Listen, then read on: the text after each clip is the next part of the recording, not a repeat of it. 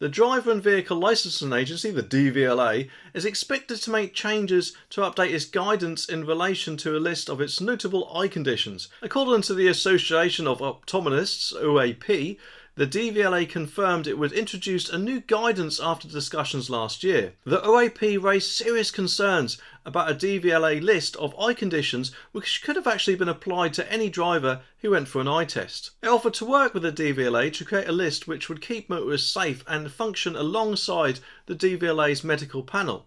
This new list is believed to detail which eye conditions people who need to notify the DVLA about when receiving their licence. Adam Sampson, Chief Executive of the OAP, said, "We continue to have an open dialogue with the DVLA on this important issue to work towards a pragmatic solution for our members, patients and the DVLA. The extent of the original list really would have been problematic for so many, so we're incredibly pleased to see that the DVLA have listened to the advice of the sector. And the move is sure to remove an unnecessary administrative burden for practitioners but also alleviate worry for many patients." As part of the expected changes, the DVLA consulted with the SOS Medical Advisory Panel on the visual disorders and driving to arrive at the current list. And to be allowed to drive on UK roads, motorists must be able to read a number plate with glasses or contacts if necessary from a distance of 20 metres. People can be fined apparently as much as up to £1,000 if they do not tell the DVLA about a medical condition that affects their driving, and may be prosecuted if they are involved in an accident as a result. Eye conditions that drivers need to tell the DVLA about include common ailments like glaucoma and macular edema, among others. Well, to be honest, it kind of goes without saying, doesn't it, that having good eyesight would actually be really preferable when driving, so we don't actually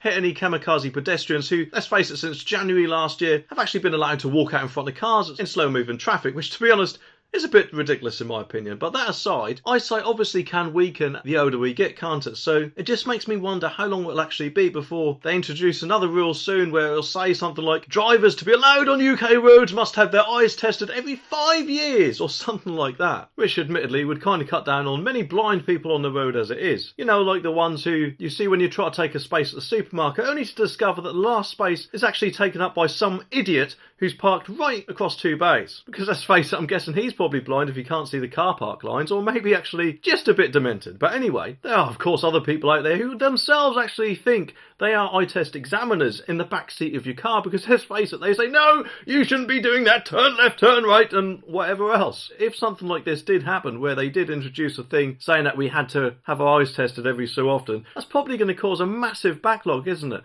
Adding of course to the backlogs we currently have for the doctors and dentists. But then who knows, maybe in 20 or 30 years time, when self-driving cars are actually the norm, maybe even a blind person might be able to get their driving licence. Although personally I just hope that day doesn't come. But I guess if a Labour government comes in, they might do it on the grounds of discrimination or something like that.